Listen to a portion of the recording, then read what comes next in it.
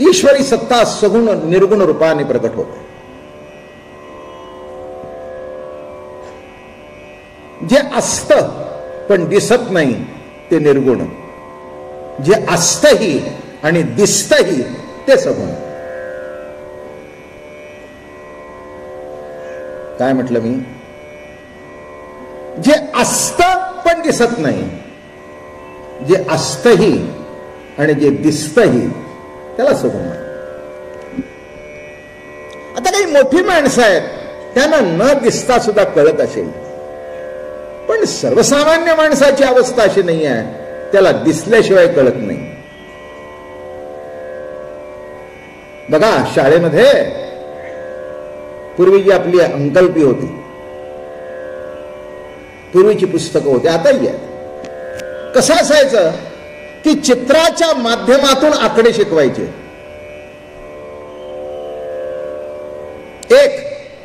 एक म्हटलं की एक आंबा काढायचा, 2 म्हटले की खाली 2 आंबे काढायचे, 3 म्हटले की 3 काढायचे, किंवा दुसरं काही चित्र काढायचं. मगर अक्षरात लिहिली पण कळत नाही, पण मगरीच्या बरोबर त्याचं चित्र काढलं तर जेव्हा पेशवे पार्कला जातात, मगर, याचा अर्थ कळला का? की शब्द कळत असतील, अर्थ कळत असेल, पण सगुणातून दर्शन हे महत्वाचं आहे. म्हणून एक म्हणजे किती? आकडा 1 म्हणजे 1 नव्हे, 2 म्हणजे किती, 3 म्हणजे किती, 4 म्हणजे किती. आणि हे एकदा चित्र डोक्यात बसल्यानंतर मग आकड्या बाजूला सारतो आणि 4 ची संगती कुठेही लावतो. 4 आंबे, 4 बैल, 4 गाढवं, माझं म्हणणं कळलं, 4 पुस्तकं. मग तो 4 आकडा, तो 5 आकडा जगाच्या पाठीवर कुठेही जाऊ दे, त्याच्या मूळच्या भूमिकेमध्ये कधीही फरक पडत नाही. 4 पाय, 2 पाय. आता 4 पाय बघितल्यानंतर तो मोजतो का? 1 2 3 4. मोजायची गरज नाही, बघितल्याबरोबर म्हणतो 4. ही 4 आकड्याची त्याला आलेली अनुभूती आहे. हे 4 आकड्याचं त्याला घडलेलं दर्शन आहे. म्हणून नुसतं असणं महत्वाचं नाही, जर ते आहे ते दिसणे रूपाने प्रगट व्हावं. तसं देवाबद्दलची आहेपणाची कल्पना सर्वांना आहे, काही ना नसेली किंवा असून मान्य करत नसतील. असाही समाज आहे की तो देव मान्य करत नाही. ठीक आहे, त्याच्याबद्दल काही चर्चा करायचं काही कारण आहे असं मला वाटत नाही. असं कोणी लिहून ठेवलंय का सगळ्यांनी देव मानावा? काही गरज नाही ना, काही गरज नाही. काही मानतील, काही नाही मानतील. पण एक सांगू का, काही काही गोष्टी अशा आहेत की तुम्ही मानल्या तरी आहेत आणि न मानल्या तरी आहेत. तो मानण्याचा प्रश्न कुठे येतो? जे अमान्य होण्यासारखं आहे ते मानणं महत्वाचं आहे. जे कोणत्याही काळी अमान्यच होऊ शकत नाही त्याला मानलं तरी ठीक आहे, न मानलं तरी ठीक आहे. इथे येणाऱ्या प्रत्येक माणसाला बाप आहे, मानायची गरज आहे. तुम्ही म्हणाल हो, अरे होय काय, होय काय, तुम्हाला सगळ्याला आई आहे. अरे होय काय, आहेच, आहेच, बाप आहेच, आई आहेच. तसं जीव आहे, त्या अर्थी त्याला निर्माण करणारा देव ही सिद्धांत. मान नाही तर नको मानू. म्हणून काही काही गोष्टी अशा असतात त्याची उगीच वाजवीपेक्षा चर्चा करून त्याला महत्व प्राप्त करून द्यायचं नाही. चर्चा केली की कारण नसताना वाद निर्माण होतो.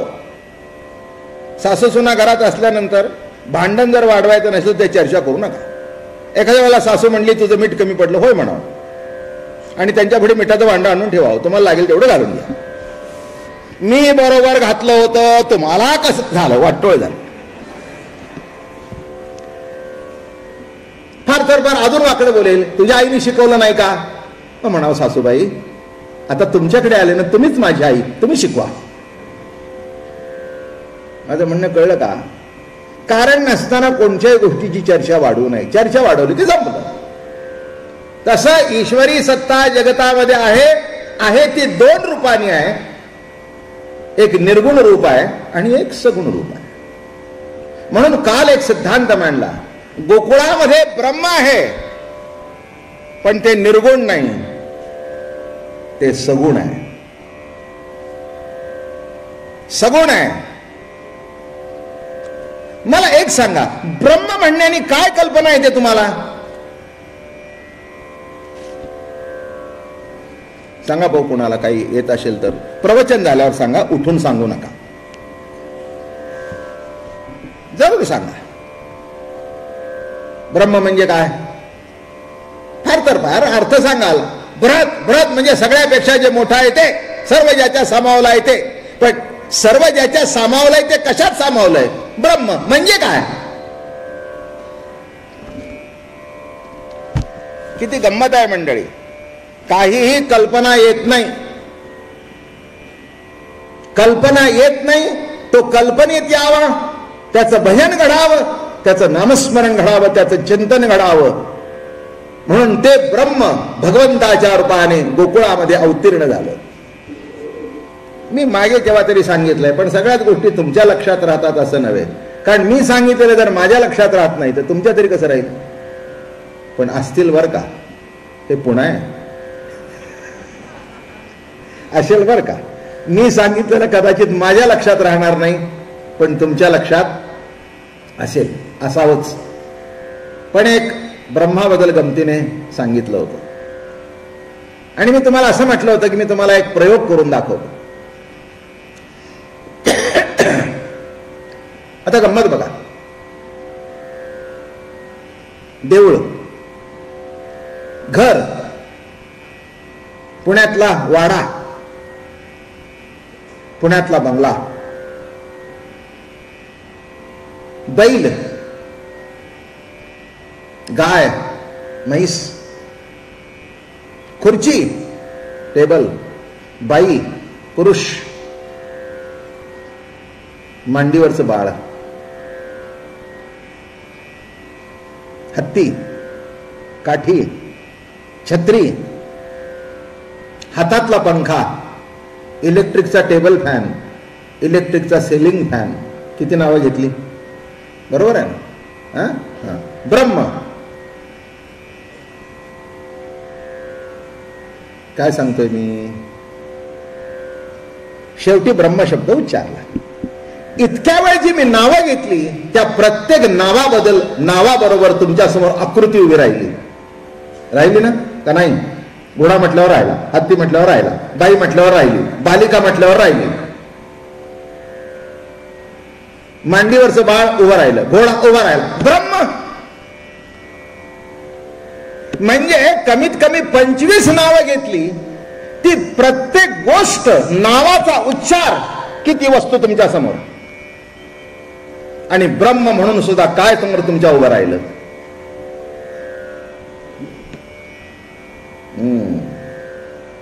हेच तर वैशिष्ट्य आहे. म्हणून ब्रह्म म्हणून जमत नाही. वेदांत शास्त्र असं सांगतं, कृष्ण राम हे ईश्वर. ईश्वर म्हणजे माया उपाधी चैतन्य. उगीच परमात्म्याला त्या मायाच्या उपाधीमध्ये घातला. काय नाव ठेवलं? माया उपाधी चैतन्य. चुकीचं आहे. ठीक आहे म्हटलं असेल त्याने. अरे परमात्म्याचं नाव घेतल्यावर सर्व जीवनातली उपाधी निघून जाते, तो उपाधी कशाला म्हणावं त्याला? म्हणून श्रीकृष्ण कोण आहे? भगवान, सर्वश्रेष्ठ.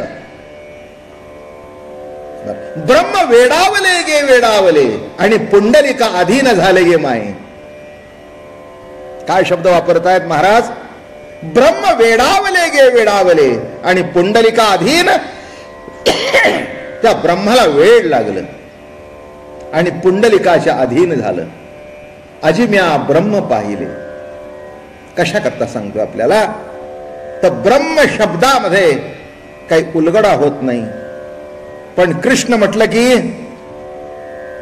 ओ हो हो हो, अलौकिक दर्शन, अलौकिक. मग तो बाळ बघितला तरी कृष्ण माहिती आहे, राधेच्या खांद्यावर हात ठेवला तर राधा कृष्ण माहिती आहे, रथ चालवणारा योगेश्वर कृष्ण माहिती आहे, अर्जुनाचा पाठीराखा झालेला सखा कृष्ण माहिती आहे. कशा करता सांगतोय मी, सगुणाशिवाय परिपूर्तता होत नाही.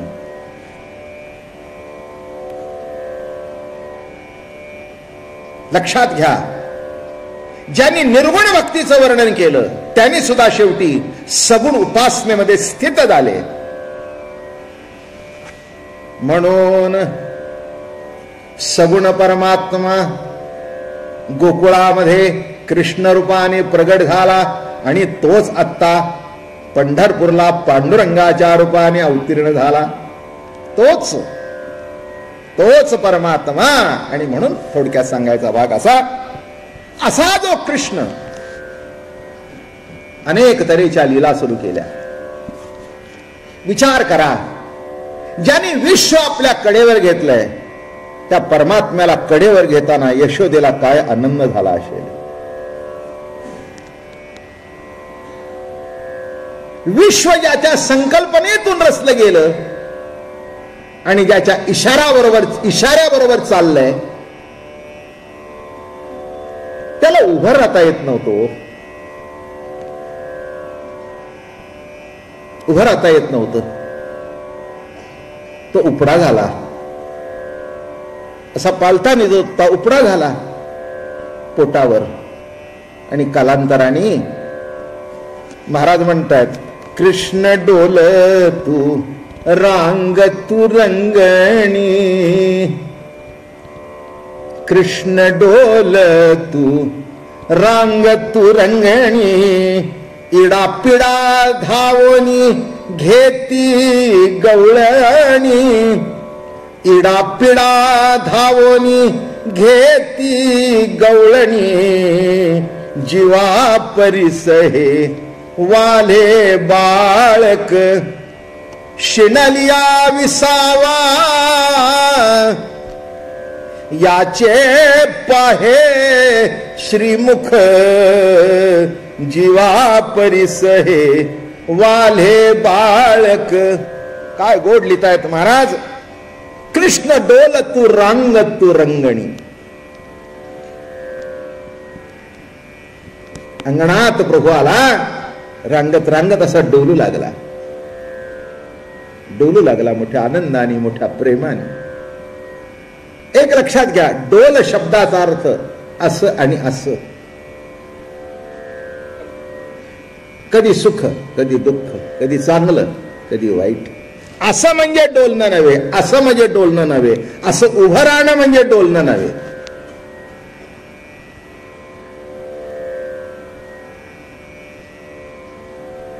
कृष्ण डोल तू रांग तू रंगणी.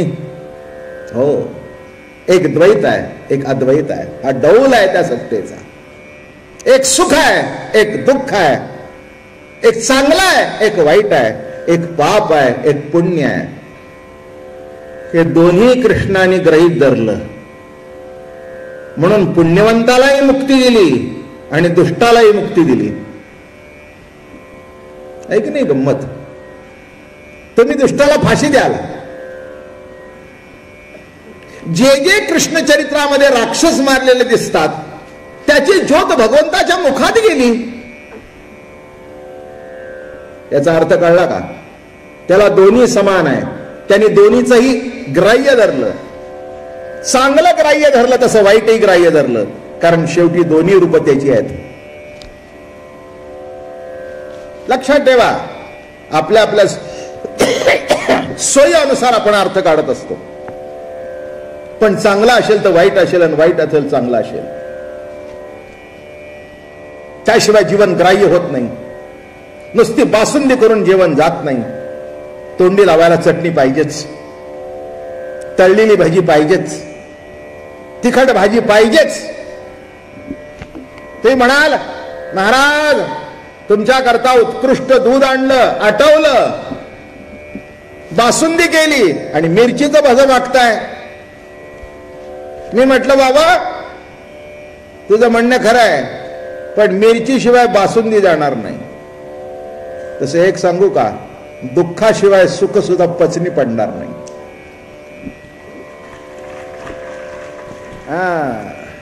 एक सांगू,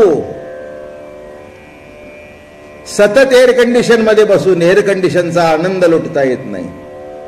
जरा उन्हातून फिरून यावं, मग एसी मध्ये बसावं. आहा, उन्हातून जावं आणि सावलीत बसावं, तहान लागावीन पाणी प्यावं. घरात बसून उगीच पीत बसते पाणी. भूक लागावी आणि जरा ती 1 तासाने उशिरा मिळावी. काय आनंद आहे, काय आनंद आहे. लक्षात घ्या माझं म्हणणं, दुःखाशिवाय सुख नाही आणि सुखाशिवाय दुःख नाही. समजलं का? हे बघा, सगळे जर सुख असेल मजा नाही हो. मी कधी कधी सांगत असतो गमतीने की या बायका असतात की नाही, त्यांना संसारामध्ये उसंत मिळत नाही, कंटाळतात बिचाऱ्या. नवऱ्याचा त्रास, पोराबाळांचा त्रास, खूप प्रेशर असतं बायकांच्यावर. याला सांभाळायचा, मुलाबाळांना सांभाळायचं, सुनांना सांभाळायचं, सगळ्यांचं ऐकून घ्यायचं आणि तारेवरची कसरत असते बायकांची. इकडे नवरा हाक मारतो, काय का माझा सदरा कुठं आहे, माझी पॅन्ट कुठं आहे. मुलगा म्हणतो, आई माझं पाकिट कुठं ठेवलं. आता तिने काय करू, इकडे धाव का तिकडे धाव का तिकडे धाव, दमून जाते बिचारी. मग ती म्हणते, देवा एकदा आजारी पाड. काय गंमत आहे. हा बाबा महाराज, माझ्याकडे ह्या सगळ्या बोलणी झालेली आहेत, मी काही माझ्या गाठचं सांगतो का. अहो लाखो कुटुंबाशी संबंध आहे, अक्षरशः हजारो नाही लाखो. बाबा महाराज इतकं काम पडतं, असं वाटतं या घरामध्ये आजारी पडल्याशिवाय झोपायला मिळायचं नाही, मेल्याशिवाय सुटका नाही.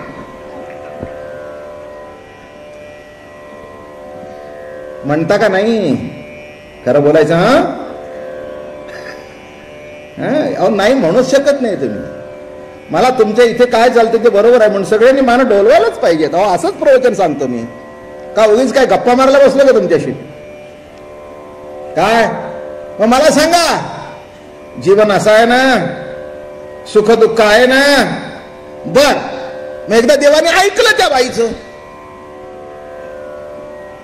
देव म्हणला, सकाळी उठून माझी पूजा बिजा करते, हळदी कुंकू वाहते, अक्षदा वाहते, साखर वाहते. पाडली तिला आजारी. 15 दिवस डॉक्टर म्हणले हलू नका. पुन्हा आले म्हणले अजून एक 15 दिवस.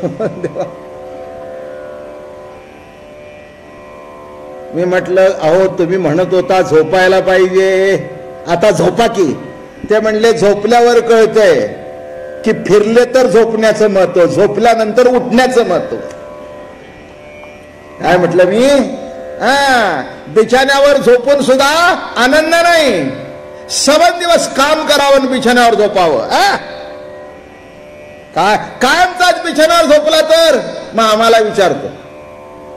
एका म्हातारीला भेटायला गेलो मी. महाराज वर्षभर पडू नये, देव भेटला तर म्हणावं आमच्या नावाची चिठ्ठी काढ. आता हिच्याकरता मी देवाला भेटून हे सांगू? अगोदर तो भेटणं मुश्किल, आणि भेटलं तर काय सांगू? देवा तिच्या नावाचा पास दे. असं बोलणं कळलं का? म्हणजे माणसाला हेही बरं वाटत नाही, माणसाला तेही बरं वाटत नाही. म्हणून असं डोल. काय सांगतोय मी? अप्रस्तुत सांगत नाही. डोल. कृष्ण डोल तू रांग तू रंगणी. आणि डोल कुठे आहे? घरात नाही तर अंगणात आहे. तसं भेद रूपी अंगणामध्ये ईश्वरी सत्तेचा डोल चालू आहे. ऐक्यामध्ये डोल नाही. तत्वज्ञान कळतंय का? ऐक्यामध्ये डोल नाही. ऐक्यातून तो प्रभू जेव्हा भेदामध्ये येतो तेव्हा डोल सुरू होतो. नाच रे तू कृष्णा मज पाहू दे नयनी. असा डोलू लागला, असा सुंदर डोलू लागला. सगळ्या गवळणी म्हणायला लागल्या, काय डोलतोय, काय डोलतोय, काय डोलतोय. इडा पिडा धावोनी घेती गवळणी. कळलं का नाही तुम्हाला? हे असं करून असं करणं हे सध्याच्या काळामध्ये नॉनसेन्स.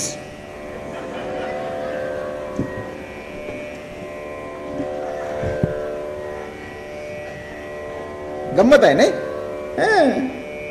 असं एखाद्या बाईने केलं की नाही त्या पोराला, आणि त्याचे मित्र बरोबर असावे.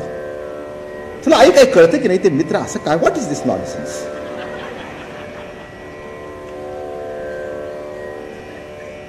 आता काय सांगावं याला? याचं महत्व केव्हा कळावं? मी नेहमी सांगतो, एखाद्या खेड्यापाड्याची बाई असली की नाही असं करते. पुष्कळला आम्हालाही अनुभव येतो. आमच्यावर सुद्धा खूप प्रेम करणारी माणसं भेटतात. एखादी म्हातारी येते, काय रे बाबा माझं सगळं आयुष्य तुला कशी कडकड. एक लक्षात घ्या, दोन फरक सांगतो. प्रेमाने बोट मोडणं म्हणजे ते तुमच्यावर हे करतायत त्यांचं सगळं मोडून जावं, आणि काही काही तुमच्या नावाने बोट मोडतात. बोट मोडणं हा प्रकार मोठा गमतीचा आहे नाही का? तिथे बोट मोडली की ती म्हातारी म्हणते, अरे असं केल्यानंतर बाबा कुणाची दृष्टी लागत असेल तर इडा पिडा धावोनी घेती गवळणी. आणि गवळणीने असं दृष्ट काढून टाकावी. तुम्ही म्हणाल हे दृष्टबिष्ट काय आहे? काय असो नाही तर नसो, पण त्याच्यातून एक भक्ती प्रकट होती एवढं तरी आहे ना. असो नाही तर नसो, आनंद तरी मिळतो ना. एकाने मला विचारलं, हे जेवायला बसल्यावर ताटाभोवती पाणी काय फिरवायचं? नको फिरू, बायकोभोवती फिरू. बायकोभोवती पाणीच फिरवत नाही तर तो स्वतःच फिरतो. तर पाण्याची काय कथा आहे? आता मला सांगा, अहो त्याच्यातला अर्थ असा आहे, अन्न हे पूर्ण ब्रह्म बरं का. पाणी फिरवताना तुम्हाला लक्षात आलं का आपली वाढ जीवनामध्ये कशामुळे होत असते? अन्नामुळे. अन्नमय प्राण, जलमय प्राण. म्हणजे ताट आहे त्याच्याभोवती पाणी फिरवतो, देवाला नमस्कार करतो. पांडुरंगा आपले गुरुजन आहेत, महाराज हे तुम्हाला घ्या. म्हणजे ते अन्न हे अन्न राहत नाही, तो रसविषय राहत नाही. रसविषय राहत नाही. नुसता न दाखवता खाल्ला तर रसविषय, आणि दाखवून खाल्ला तर अन्न हे देवाला नैवेद्य दाखवला, दाखवल्याबरोबर खाल्ला. मागे एक गोष्ट सांगितली ते तुम्हाला पुन्हा सांग, काही बिघडत नाही. फार सुंदर गोष्ट आहे. माझ्या घरातली आहे. आमचे सद्गुरू दादा महाराज हे माझे आजोबा मोठे सत्पुरुष या महाराष्ट्रामध्ये होऊन गेले. या पुण्यामध्ये त्या काळी मोठं नाव त्यांचं. सातारचे राहणारे, मुंबईला कार्यक्रम, पुण्याला तर अगदी त्या काळामध्ये सरदार विंचुरकर, आबासाहेब पुरंदरे, सरदार मेंदळे, बॅरिस्टर परांजपे बरं का, अशी मोठी मोठी मंडळी, न्यायरत्न विनोद वगैरे ही मंडळी त्यांच्याकडे येत होती त्या काळामध्ये प्रवचनाला. त्यांची ही कथा आहे. साधक अवस्थेमध्ये आमचं मारुतरायाचं मंदिर आहे. सुंदर गोष्ट कळण्यासारखी आहे. आणि मारुतरायाचं मंदिर आहे, आणि आईने त्यांना नैवेद्य दाखवायला दिला.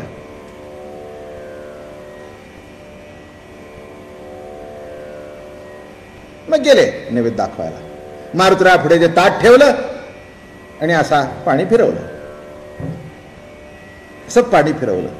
आता पाणी फिरून ताट उचलणार तितक्या तिथे महात्मे आले, त्यांनी अशी मान धरली. त्यांचं नाव होतं हुसैन शाह नानावली. अशी मान धरली, ए क्या करते हो? कुछ नहीं बाबा जी, हमारे धर्म में हम भगवान को, संतों को नैवेद्य दिखाते हैं और उनका प्रसाद सेवन करते हैं। अरे क्या होता है नैवेद्य तेरा? क्या बात है इस नैवेद्य में? दिखाओ मेरे को, कैसा दिखा है? ठीक है ठीक है ठीक है। मोठ्या अवलिया होते बरं का ते हुसेनशाह नानावली, म्हणजे एक अवलिया, खरंच अवलिया. काही काही टायमाला शिष्यही त्यांच्या सासरमध्ये होते. त्या शिष्यानं सांगायचं, जा बाजारातून तिरडीचं सामान घेऊन ये.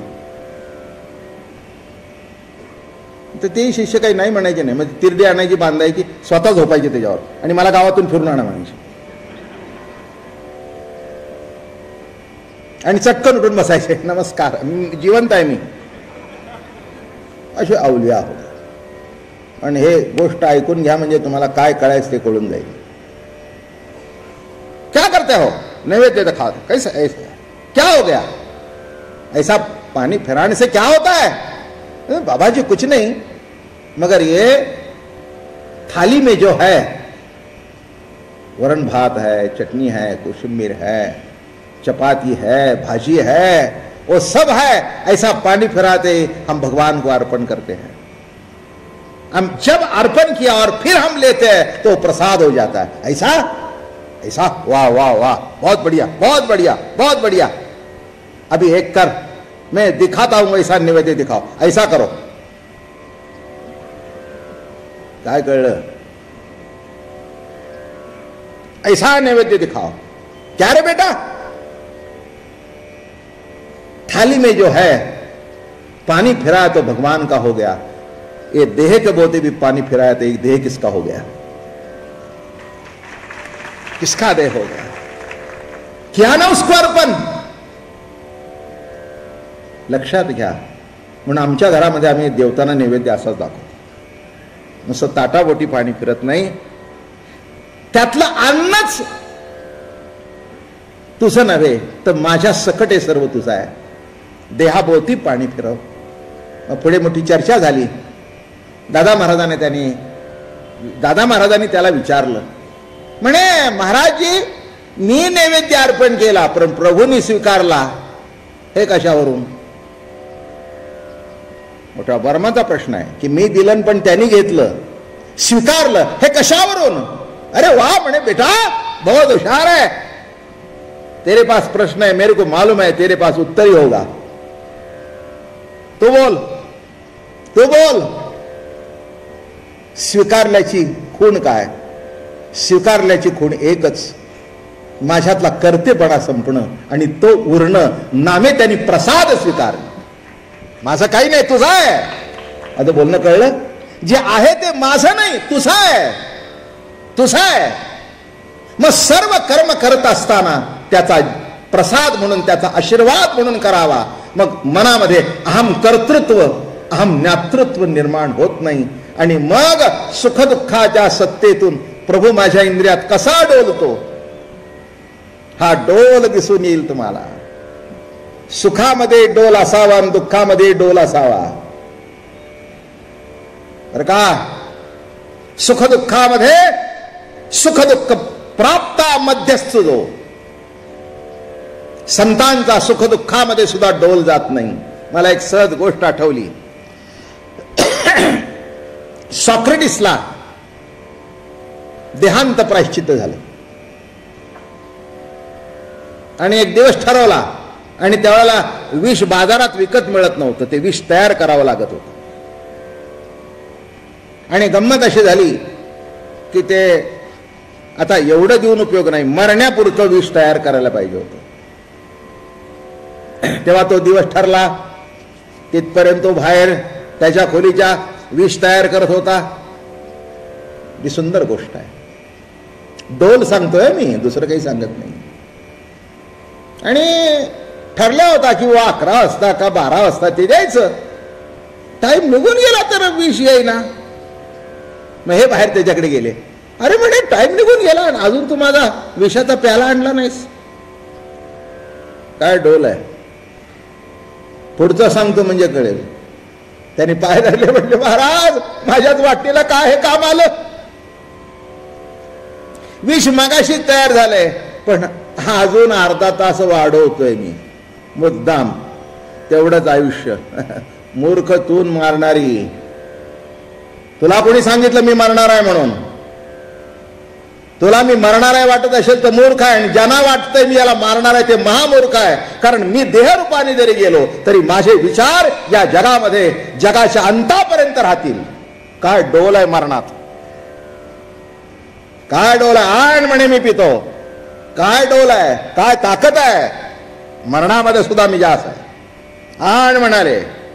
हो, मी मरणारा नाही. आणि बघा, ते विचार आहेत म्हणून आज आपल्या प्रवचनात नाव आहे. काय, कुठला सॉक्रेटिस ग्रीस मधला, आज त्याचं नाव पुण्यामध्ये हजारो वर्षानंतर निघतंय का? त्याचा डोल आहे, मरणाला घाबरला नाही. तुकाराम महाराज सुद्धा म्हणतात, मरण हातोनी सुटली काया विचार या निश्चये. मरण माझे मरुडी गेले मदला केले अमर. डोल आहे तसं कृष्ण डोल. तू कृष्णाचा डोल सांगायचा आहे का नुसता तिथे नसतो ते सांगू? हे कृष्णचरित्र निराळ्या पद्धतीच आहे, हे माहिती आहे तुम्हाला. गेल्या वर्षी 1 महिना सांगितलंय. नुसता कृष्णाचा डोल तो नाही, तर तुमच्या अंतःकरणामध्ये प्रभू कसा डोलतो ते बघा. आणि तो डोल जो आहे तो प्रभूचा आहे. तर मी खात्रीशीर सांगेन की तुम्ही जीवनामध्ये कधी नाराज होणार नाही. मला एक गोष्ट आठवली. एक मुस्लिम साधू होता, नाव विसरलो मी. त्याचे पाय कापले तिथल्या राजाने. पाय कापल्यानंतर असं गुडघ्यातून रक्त वाहू लागलं, रक्ताचे पाट वाहू लागले. आणि रक्ताचे पाट वाहू लागल्यानंतर तो हसू लागला. वा वा वा अल्लाह, वा वा वा वा वा. मला माहिती होतं की गावातून नद्या वाहतात, पण आज मला कळलं की रक्ताचा पाठ सुद्धा माझ्या पायातून वाहतोय. अल्लाह, काय रे तुझी कृपा आहे, काय रे तुझी दया आहे. आणि त्या रक्त जे वाहत होतं त्यांनी नमाज करता त्यांनी हात धुतले आणि हसत होते. त्या ठिकाणी सुद्धा डोल होता. कशा करता सांगतो मंडळी मी, ईश्वरी सत्तेचा डोल ज्याला कळला.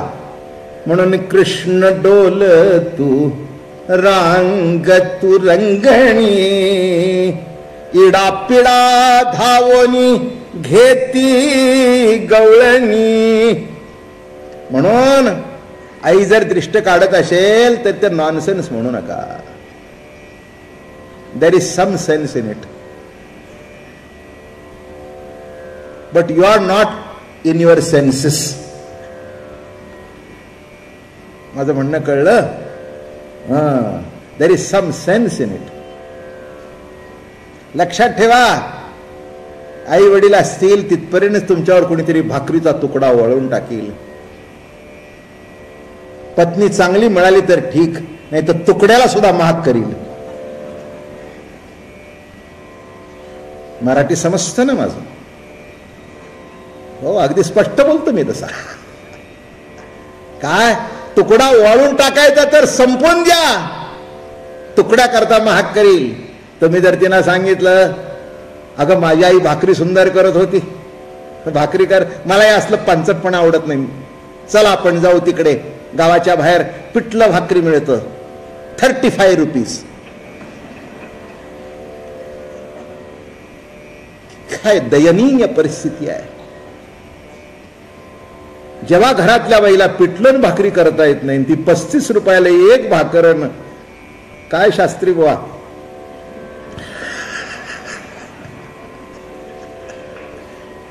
किती दयनीय परिस्थिती असेल त्या घराची, की जिथल्या बाईला पिठलं करता येत नाही, भाकरी करता येत नाही. 1 रुपयाची बाटली 2 रुपयाचं पिठलं त्याच्याकरता 35 रुपये घेऊन येतोय. आणि त्याच्याबरोबर नाव घेऊ का, सध्या चातुर्मास चालू आहे, घेऊ ना? आता शास्त्रीबाईंनी सांगितल्यानंतर काही हरकत नाही. अहो, पातीचा कांदा, त्याला इंग्रजीमध्ये काय म्हणतात माहितीये का? Spring onion. Spring onion. पातीचा असा जरा सोलून बिलून ते काढून ठेवलं की नाही, मग घरी येऊन सांगतो, काय पिठलं, काय भाकरी, काय कांदा. आता हे जर तुझ्या बायकोला येत नसेल, धन्य तुझी माता धन्य तुझा पिता. आता याच्या सुद्धा बायकोचा डोलच आहे. कशा करता सांगतोय मंडळी मी, लक्षात घ्या काय आहे जीवन, कसं जीवन चाललंय सध्या. याला जीवनाईसे नाव, याला जीवन म्हणतात. सुख आहे, दुःख आहे, चांगलं आहे, वाईट आहे. पण एक लक्षात ठेवा, हे उन्हा म्हणून नाही, हे असणारच. पण याच्यामध्ये तुमचा डोल कायम ठेवणं हीच कृष्णाची कृपा. याच्यामध्ये डोल कायम ठेवणं.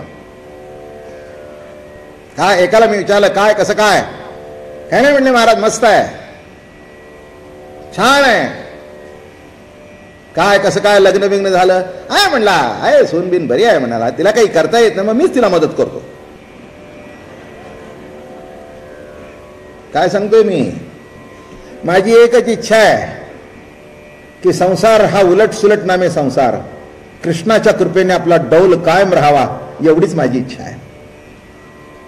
कृष्णाचा डोल कधी संपला नाही, युद्धभूमीवर संपला नाही, रासक्रीडा करताना संपला नाही, कापताना संपला नाही, वाचताना संपला नाही, शिव्या दिल्या तरी संपला नाही, त्याचा डोल कायम होता. म्हणून कृष्ण डोल तू रांग तू रंगणी, इडापिडा धावोनी घेती गवळणी, जीवा परिसहे वाले बाळक. आणि असा हा कृष्ण बर का 1 वर्षाचा झाला, त्याचा वाढदिवस साजरा करत होते. काय मजा आहे नाही, कृष्णाचा वाढदिवस, कृष्णाचा जन्मदिवस. चालू लागला, रांगू लागला, राखता राखता उभा राहू लागला. विश्वाला चालवणारा भिंतीचा आधार घेऊन उभा राहू लागला. इथे लिहिले त्यांनी पुष्कळ नामदेवरायांनी, जे नको करायचं ते करायचं आणि ते थापटत बसायचं, हे सुद्धा त्यांनी केलं. अभंगातच उल्लेख आहे, काय माझ्या गाठचं काही सांगायची आवश्यकता. वस्तुस्थिती आहे ती अशी आहे. मोठा थापटा मारत बसायचं, गवळणीने ते सुद्धा हसायचं. काय कौतुक आहे. आणि तुम्ही हसत नाही होय. तुमच्या घरामध्ये नवसानी मूल झाल्यानंतर ते करील ते. अहो बाईच्या अंगावर मी अशा मोठ्या श्रीमंताच्या बायका बघितल्यात, पैठणी तिने नेसावीन, पोरांनी गडबड करावी. आता काय करावं. अरे त्याचं सुद्धा कौतुक का माझा आहे. मी एका बाईला, काय मला गंमत करायची सवय आहे थोडी, मी तिला म्हटलं, हो एरवी तुमच्या अंगावरून कोणी गेलं तर तुम्हाला खपत नव्हतं ना, आता एवढं. ते म्हणले महाराज याच्याकरता नवस केला. याच्या दृष्टांत कळला का, याच्याकरता नवस केला. कशा करता सांगतोय, सगुण दर्शनाचं किती महत्व आहे ते बघा. सगुण बाळ मांडीवर असावं, आनंद लुटावा. मग बाळा करता एवढा आनंद, तर सगुण परमात्म्याचा दर्शनामध्ये काय आनंद असला पाहिजे, काय कौतुक असलं पाहिजे. म्हणून महाराज या ठिकाणी म्हणाले, पहिला वाढदिवस फार सुंदर. आता काय हो, आपल्याकडे बर्थडे पार्टी जर इतकी सुंदर, तेव्हा सुद्धा केक होता बरं का. कृष्णाच्या काळात केक होता का नव्हता. होला म्हणायला पाहिजे. नव्हता म्हणलं तर मी विचारेन, तू होतास काय. आणि केक नव्हता असं कसं म्हणता येईल. एक मी तुम्हाला सांगू, या जगामध्ये कोणती गोष्ट अशी नाही की जी मागे नव्हती. अहो केक म्हणजे विशेष काय त्याच्यामध्ये. रवा जरा करायचं आणि ते करायचं, झालं काय त्याच्यात आहे विशेष. काय का. केक इंग्रजी नाव उच्चारलं म्हणजे त्याच्यातले घटक काही बदलतात का. रवा आहेच आहे, मैदा आहेच आहे, साखर आहेच आहे. काय जरा फुगण्या बिगण्या करता जे बेकिंग पावडर अमकं तमकं घातलं, जरा बेक केलं, आलं फुगून. मग त्याच्यावर एक कांडी लावली, काय गंमत आहे. एकाने मला विचारलं, हे काय म्हणले महाराज, फू का करतात. म्हटलं कंटाळलेत. नाही 60व्या वर्षाला फूक मारली तर बरोबर आहे, पण पहिल्या वाढदिवसाला फूक म्हणजे अजून दिवा लावला नाही तर फूक. मला एकच सांगायचंय, नको त्यांचं तुम्ही घेता संस्कृतीतलं, पाहिजे ते बघा की, त्यापेक्षा दिवा लावू दे. मग कृष्णाचा जो वाढदिवस तो काय घर सजवलेलं, काय थाट, काय विचारू नका. सगळ्या गावाला आमंत्रण बर का, सगळ्या गावाला आमंत्रण होतं, एक तुफान गर्दी. पण त्या कृष्ण सख्याचं लक्ष बरोबर होतं, एक त्याच्यातली गोपी आली नाही. एक जी आली नाही तिच्या घरी हा गेला, तिच्या दारात उभा राहिला आणि हाक मारली, अगं सखे, हे गोपिके, अगं काय सांगू तुम्हाला. ती कृष्ण ध्यानामध्ये एकाग्र झाली होती, डोळे झाकून अंतरामध्ये बहुच ध्यान करत होती. भगवंताला वाईट वाटलं, त्याला वाटलं मी हिच्या करता आकार घेऊन आलो, ही डोळे झाकून मला बघते, इन्सल्ट आहे. नवरा बायको समोर उभा राहिला आणि ती हे डोळे झाकून बसली. नाही, तुम्हाला हे सांगितल्याशिवाय ते कळत नाही म्हणून हे सांगावं लागतं. काय करू मी तरी आता, नाही का. आणि हे कळतं म्हणून हे येतं, एवढे नाही तर कोण येतो. मी एक तुम्हाला सांगतो, माणसं केव्हा येतात, जेव्हा कळतं तेव्हा. कळलं नाही तर कोणीच येत नाही, आणि कळेल असं सांगावं हा माझा एक शिरस्ता ठरलेला आहे. नवरा समोर उभा राहिलेला आणि तुम्ही डोळे झाकलं, बायकोने हलवून, नवरा हलवला, म्हणला काय, म्हणला एक लक्षात घ्या, मी तुमचं ध्यान करत होतो, डोळे झाकून. ते म्हणला माझी आई, मी गेल्यावर कर, आता वाढ जेवायला.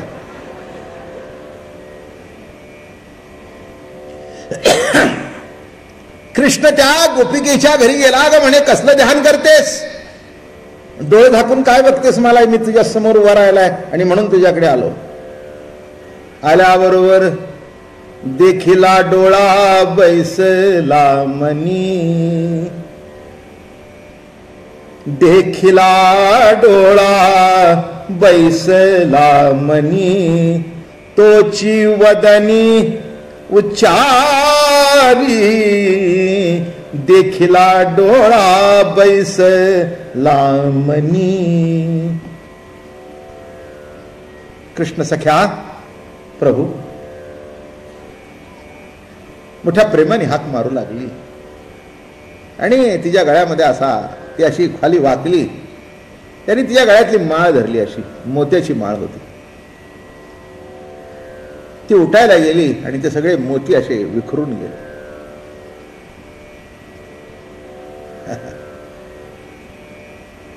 त्याच्यातला अर्थ असा आहे, तत्वज्ञान त्यातलं असं आहे, मी सगुण साकार तुझ्या करता होऊन आलो आणि हे मुक्त अवस्था गळ्यात का बांधून बसलीस. मुक्तीच्या मागे लागायचं होतं तर मी अवतार घेऊन का आलो. अशी माळ होती, खचकन खेचली. अरे अरे अरे अरे अरे अरे, माझी माळ तोडलीस, माझी माळ तोडलीस.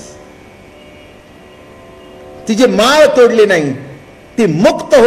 अहो, डोळे झाकून बसणं म्हणजे मुक्त होणं. मुक्त होणं. लग्न होऊन जर एखादी बाई काय काम करत नसेल किंवा नवरा काम, प्रश्न येतो कशा करता लग्न.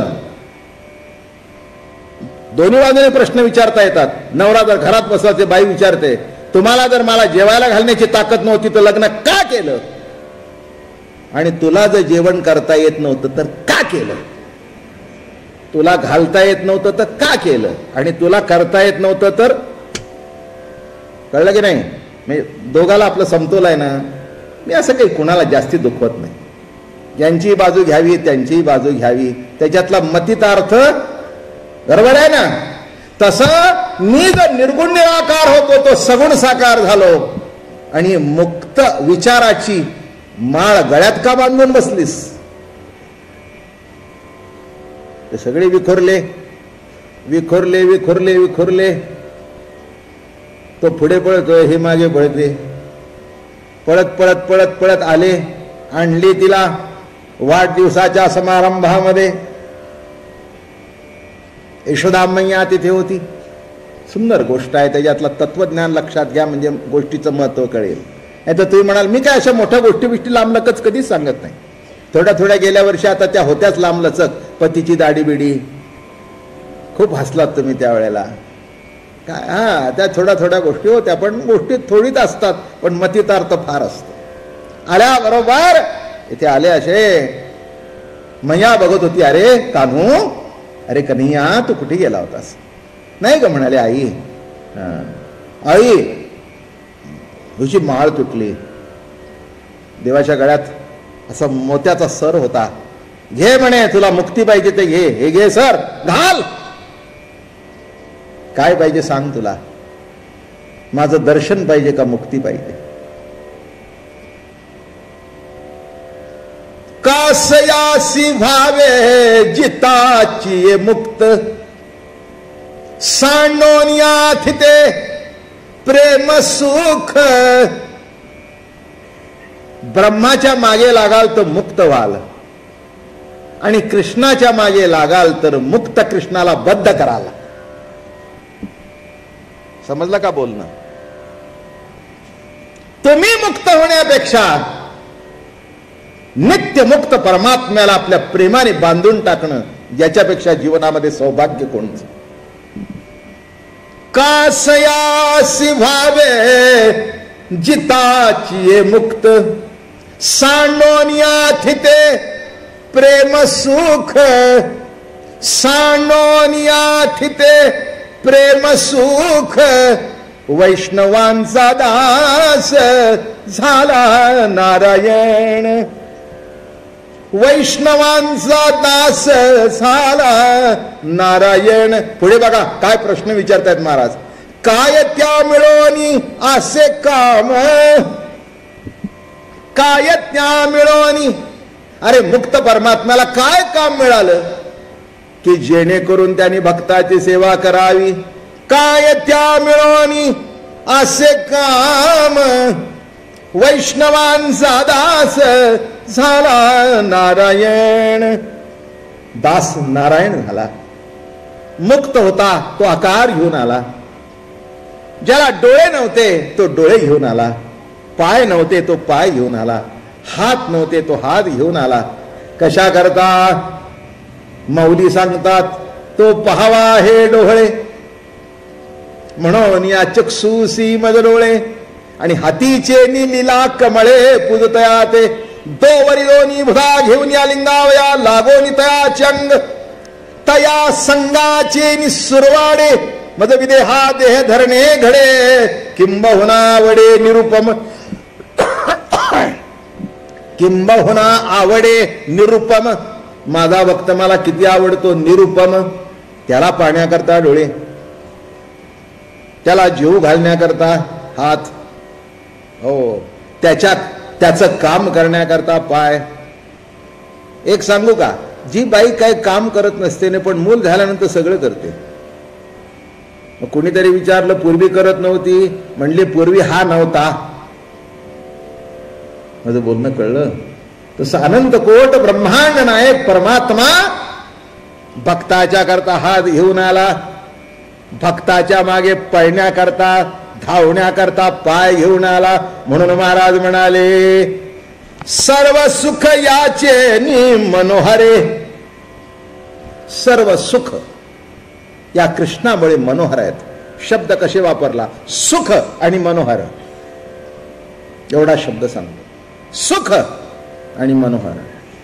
सगळी सुख मनोहर असतात असं नव्हे. काही काही वेळेला सुख असतात पण ती मनोहर नसतात.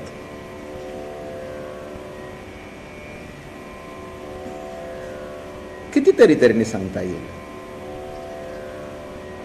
एखाद्या आपल्या वैर्याला जर कोणी मारत असेल तर आपल्याला बरं वाटतं ना? सुखी होता ना? बरं झालं म्हणलं, मलाच मारायचं होतं पण त्यांनी मारलं. आता वैर्याला मारत असताना तुम्हाला सुख होत आहे, पण मनोहर आहे का? हा,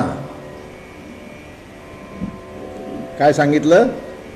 सुख असणं आणि ते सुख मनोहर असणं, फार फरक आहे. माणसाला निरनिराळ्या कारणाने सुख होत असतात. काही वेळेला दुसऱ्याचं वाईट झालेलं बघून सुद्धा सुख होतं. मग वाईट झालेलं बघून जे सुख होतं ते सुख मनोहर म्हणावं का? नाही. कृष्ण भगवंताचं सुख कसं होतं? अतिशय सुंदर रूप, अतिशय सुंदर दर्शन, मनाला सुख झालं, बुद्धीला सुख झालं. आणि ते सुख कसं होतं? मनोहर, मन हरण करणार. बघितल्याबरोबर मनाला वेध घेत होता. मनी वेध होतयाचा पंढरीरायाचा. एखादं सुंदर चित्र आहे, बघून आनंद वाटतो, मनोहर. वा काय चित्र, वा. असा ताटामध्ये सुंदर मसाले भात वाढलेला आहे, केशरी भात वाढलेला आहे, त्याच्यावर कोथिंबीर, नारळ वगैरे, असं केशरी भातावर अशी केशर दिसते, उगीच रंग घातलेलं नाही. केशर बिशर बदाम बिदाम मला असं सुंदर, वा वा, असं काय उत्कृष्ट आहे दिसायला. म्हणजे बघून सुख झालं आणि खाल्ल्यानंतर मनोहर सुख, वा वा वा. डायबिटीस होतं त्याला.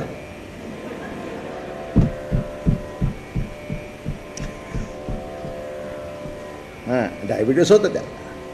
तरी बायकोला म्हणलाय, बघ आज तू काही बोलायचं नाहीस, अजून एक मूद वाढ, अजिबात बोलू नकोस, वाढायची वाढू दे. मग एवढं चांगलं का केलंस? सुख या चेनी मनोहर. काय आनंद, काय आनंद, काय आनंद. आज म्हणला असं मला आनंद भोगायचा आहे, तिथं विसरू दे डायबिटीस, काय वेळ ते उद्या बघू, डबल ओळी येतो. पण माझं सुख हरण करू काय? म्हणजे डोळ्याला बरं दिसतंय, मग एवढं जर चांगलं केलंस तर खाऊ नको का? लक्षात घ्या, सगळ्याच गोष्टी खातो, खाल्ल्यानंतर बरंच वाटतं, पण मनोहर एखादी गोष्ट आपल्या आवडीची असल्यानंतर वा, ज्या क्षणाला वा येईल ना समजावं तिथे सुखही आहे आणि तिथे मनोहरी आहे. राधा रमण हरी गोविंद राधे, राधा रमण हरी गोविंद राधे. बोला जरा आवाज येऊ द्या. गोविंद राधे हरी गोपाल राधे, गोविंद राधे हरी गोपाल राधे, गोविंद राधे हरी गोपाल राधे.